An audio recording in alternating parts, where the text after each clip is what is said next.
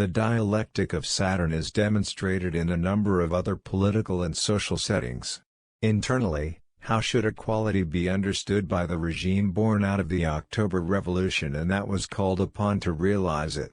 War and hardship had produced a communism founded on the more or less egalitarian distribution of quite miserable food rations. With respect to that practice and the ideology that had developed upon it, the NEP was an upsetting shock, with the emergence of new and stark inequalities, made possible by the toleration of certain sectors of the capitalist economy.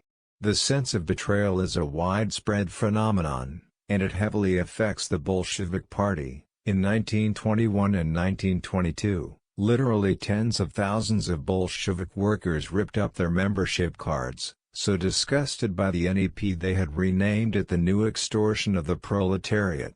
150 outside of Soviet Russia, we see a French communist leader accept the radical change, but not without adding, while writing in L'Humanité, the NEP has brought with it some of the capitalist rot that had completely disappeared during war communism. 151 At times, one has the impression that it's not specific aspects of the economic reality that are looked at with distrust or indignation, but that very reality as a whole.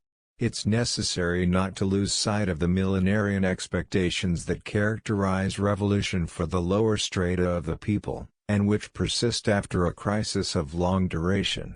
In France 1789, even before the storming of the Bastille, the meeting of the Estates General and the agitation by the Third Estate awakened the popular spirit of the old millenarism, the anxious expectations for the revenge of the poor and the happiness of the humiliated. It will deeply permeate the revolutionary mentality.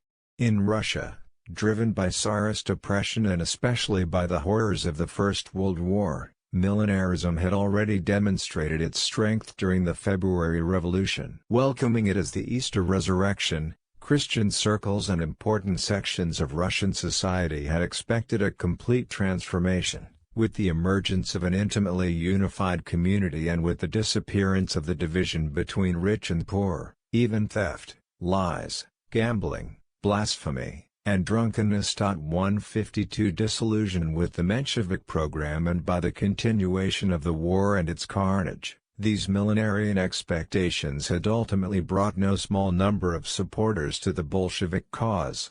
For example, that's the case with Pierre Pascal, a French Catholic who will later be deeply disappointed with the move toward NEP, although he had initially welcomed the events of October 1917 as follows, quote, "It's the realization of Psalm 4 from Sunday Vespers in the Magnificat, the powerful are toppled from their thrones and the poor are rescued from misery. There's no longer any rich, only the poor and the very poor. Knowledge does not confer privilege or respect. The former worker promoted to manager gives orders to the engineers. The gap between higher and lower salaries is narrowed. The right to property is reduced to personal possessions. The judge is no longer obligated to apply the law if his sense of proletarian equality contradicts it." 153 Upon reading this fragment, Marx's affirmation comes to mind, according to which there's nothing easier than to give Christian asceticism a socialist tinge. One shouldn't think that this vision exists only within openly religious circles. As always, the manifesto of the Communist Party notes that the first proletariat movements are often characterized by demands along the lines of a universal asceticism and a rough egalitarianism. 154 It's what takes place in Russia after the catastrophe of the First World War. In the 1940s, a Bolshevik effectively describes the pervading spiritual climate in the period immediately following the October Revolution, having emerged from a war caused by imperialist competition to plunder the colonies, the drive to conquer new markets and natural resources, and by the capitalist search for profits and super-profits. "We, communist youths, all grew up with the conviction that money would disappear once and for all. If money returned, wouldn't the rich also reappear? Would we not find ourselves on a slippery slope that leads us to capitalism?" 155 It's a spiritual climate that's also expressed in the work of eminent Western philosophers. In 1918, The Young Bloc invites the Soviets to put an end not only to all private economic activity, but also the entire money economy, and with it the market morality that blesses all the evil that there is in man. Only by liquidating such rottenness in its entirety was it possible to once and for all end the pursuit of wealth and domination, the conquest of colonies and hegemony, that lead to the catastrophe of war. On publishing in 1923 the second edition of The Spirit of Utopia, Bloch considers it opportune to remove those previously cited excerpts marked by millenarianism.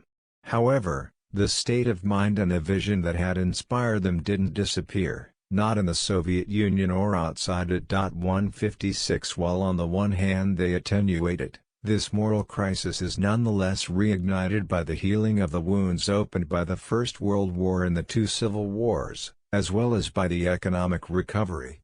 Especially after the completion of the collectivization of agriculture and the consolidation of the new regime, it's no longer possible to blame the remnants of capitalism or the danger of an immediate collapse to explain the continued differences in wages. Were they to be tolerated, and to what point? In the Phenomenology of Spirit, Hegel demonstrates the aporia contained in the idea of material equality that's rooted in the demand for a community of goods. When an equal satisfaction of the different needs of individuals is put into practice, it's obvious that the result will be an inequality in relation to the quota of participation. In other words, the distribution of goods. If there's an equal distribution of goods, however, then it's obvious that the satisfaction of necessities for individuals become unequal. In any case, the community of goods is unable to maintain the promise of material equality. Marx, who was quite familiar with phenomenology, solves the problem in the Critique of the Gotha program by matching the two different approaches to rejecting equality which always seemed partial and limited to two different phases of development in the post-capitalist society. In the socialist phase, distribution is according to equal right, in other words, redistribution according to the same measurement of work realized by each individual. It's always different for each individual, producing an evident inequality in total redistribution and in income. In that sense, equal right is nothing else but the right to inequality. In the communist phase, the equal satisfaction of different needs also brings with it an inequality in the distribution of resources, except that the enormous development of the productive forces, completely satisfying the needs of all, makes such inequalities lose their importance. 157 In other words, in socialism material equality is not possible, in communism it no longer has any meaning.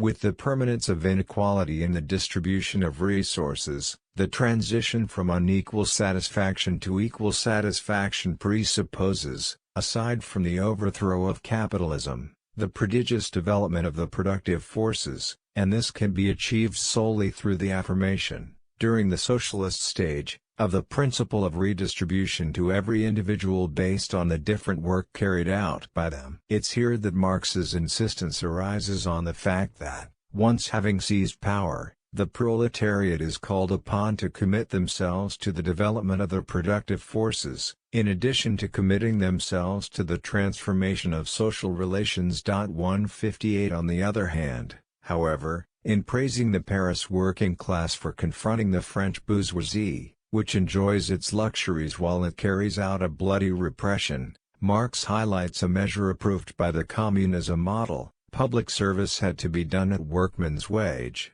159 In that case, redistributive and material equality becomes an objective of a socialist society. It's not easy to reconcile those two perspectives, and their divergence will play a non-negligible role in irremediably dividing the Bolshevik Party's leaders. As it's consolidated, Soviet power is forced to address the growing problem of economic development, for the purpose of establishing social consensus and achieving national legitimacy in the eyes of the Russian people, as well as a means to defend the homeland of socialism from the threats growing on the horizon. Referring to the polemica already found in the manifesto of the Communist Party, against universal asceticism and its egalitarian tinge, Stalin insists, "It's time to understand that Marxism is the enemy of egalitarianism, The equality achieved by socialism consists in the elimination of class exploitation, certainly not in the imposition of uniformity and equalization, which is what religious primitivism aspires to.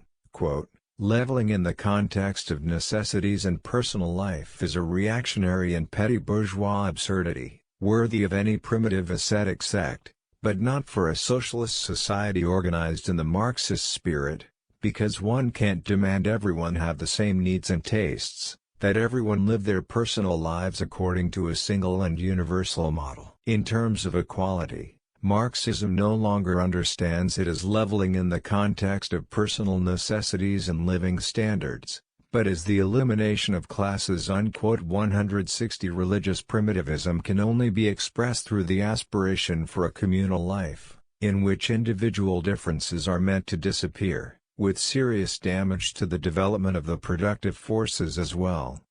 The idealization of agricultural communes was encouraged at a certain time, going as far as to introduce workshops and factories into the communes, where skilled and unskilled workers, working each according to their vocation, had to put their salary in the common fund, and later divided in equal parts.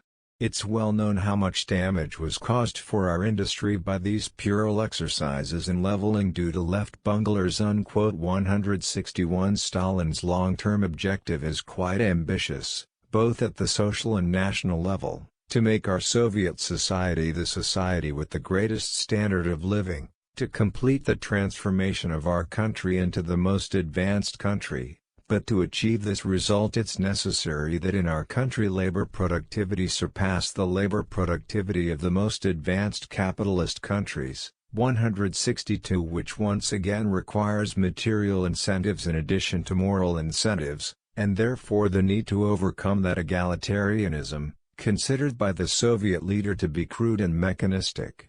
And again, and more than ever, the religious primitivism makes itself felt, with its distrust not only in relation to difference in income, but above all else in relation to wealth as such. If everyone becomes rich and the poor cease to exist, who will then have need of the Bolsheviks in our work? Thus, according to Stalin, argue the left bunglers who idealize the poor peasants as the eternal supporters of Bolshevism. 163 This causes us to think of the critical observations developed by Hegel with regards to the evangelical commandment that obligates one to help the poor, losing sight of the fact that it's a conditional rule, and instead absolutizing it. Christians then end up absolutizing poverty, which alone can give meaning to the rule that demands aid to the poor. Instead, the quality of aid to the poor ought to be measured by the contribution given to overcoming poverty as such. 164 In the state of horror caused by capitalism's butchery and by the Auri Sacrifames, a religious distrust for gold and wealth as such is created, and the idealization of misery or at least of scarcity, understood and experienced as an expression of spiritual fulfillment or of revolutionary rigor. And Stalin feels obligated to stress a key point: it would be stupid to think that socialism can be built on top of misery and deprivation, by reducing personal needs and everyone's standard of living to that of the poor. On the contrary, socialism can be built only on the basis of a relentless development of society's productive forces and on the basis of a comfortable life for the workers, or better yet, a comfortable and civilized life for all members of society. 165 Just like the Christian doctrine of helping the poor, the revolutionary doctrine, that insists that communist parties first place themselves among the exploited and the poor, is also conditioned, and it is only taken seriously once it is understood for its conditionality. Therefore, for Stalin it was necessary to intensify efforts with the aim of decisively increasing social wealth. Adding new energy to socialist emulation, it would demand resorting to both material incentives as well as moral incentives, for example, granting the highest honor to the most eminent Stakhainovites. 166 Both different and opposed is Trotsky's orientation, in restoring ranks and decorations and in liquidating socialist equality as such, The bureaucracy also lays the groundwork for changes in property relations. 167 While Stalin explicitly makes reference to the polemic from the manifesto against a socialism understood as synonymous with universal asceticism and crude egalitarianism, the left opposition knowingly and unknowingly makes use of the thesis found in the Civil War in France, according to which even the highest-ranking leaders should be paid according to workers' salaries. Trotsky insists that, to justify their privileges, the bureaucracy and Stalin mistakenly reference the critique of the Gotha program. Marx didn't speak of creating a new inequality, but in the gradual elimination of inequalities in income, preferable to its abrupt elimination. 168 Based on that political line, it was quite difficult to promote the development of the productive forces, and Stalin stressed that salary differentiation did not mean the restoration of capitalism. It was necessary not to confuse social differences that exist within the new regime with the old antagonism between exploiting classes and exploited classes, but from Trotsky's perspective, it was a clumsy simplification. The contrast between misery and luxury is all too apparent in the urban centers. In conclusion, quote, whether radical or superficial, the differences between the worker aristocracy and the proletarian masses matter little from the perspective of Stalinist sociology. In any case, it's this difference that gave birth in its time to the need to break with social democracy and to found the Third International. Unquote. 169 According to Marx, socialism was also called upon to overcome the distinction between intellectual and manual labor. Here again the problem would reappear: how to achieve such an ambitious objective? And once again the Bolshevik leadership group is divided. In this case as well, the stance elaborated by Stalin in the 30s stands out for its caution. Quote, there are some who think that the suppression of the antagonism between intellectual labor and physical labor can be achieved through a certain cultural and technical leveling of intellectual and manual workers, that it could be attained by lowering the cultural and technical level of engineers and specialists, of the intellectual workers, and even the level of moderately skilled workers. That is absolutely wrong. Unquote. 170 Instead, it's a matter of encouraging access to education for all social strata who had been excluded up until then. On the opposing side, Trotsky recognized that there had been a process of training scientific cadre originating from the people, and yet he claimed, the social gap between manual and intellectual labor has increased during the last few years instead of decreasing. 171 The continuation of the division of labor and the continuation of social and economic inequalities were two sides of the same coin. In other words, it's the return of capitalist exploitation and, therefore, of the complete betrayal of socialist ideals. Quote, the new constitution, in declaring that exploitation of man by man is abolished in the USSR, says the opposite of the truth. The new social differentiation created the conditions for a rebirth of exploitation under the most barbaric forms, like the hiring of a man for another's personal service. Servants are not counted in the census, having evidently been included under the category of workers. The following questions are not made: does the Soviet citizen have servants and what kind? Do you have an automobile? How many rooms do you have? Nor does it even speak of the amount of their salary. If the Soviet rule that deprived political rights to those who exploited the work of others was restored, you would suddenly see that the top leaders of Soviet society ought to be deprived of their constitutional rights. Fortunately, a complete equality has been established. Between master and servant. 172 Therefore, the very presence of the maid as a social figure, and the servant in general, was synonymous not only with exploitation, but exploitation under its most barbaric forms. And how do you explain the continuation or the re-emergence in the USSR of such relations, if not by the abandonment of an authentically socialist perspective, in other words, by betrayal? The long reach of millenarianism, certainly already implicit in Marx's more utopian thinking, but frighteningly increased in reaction to the horrors of the First World War, continues to make itself felt. In his report to the 17th Party Congress of the CPSU, Stalin feels it necessary to warn against the leftist chatter that in part exists among our militants, according to which Soviet commerce is a stage that's been surpassed, and that money should soon be abolished. Those who make that argument, with their haughty attitude towards Soviet commerce, don't express a Bolshevik point of view, but a point of view belonging to decadent nobles, full of pretensions, but without a cent in their pocket. 173 While Trotsky doesn't miss the opportunity to condemn the previously mentioned economic adventurism rejected by Stalin, he still mocks the rehabilitation of the ruble and the return of bourgeois methods of distribution.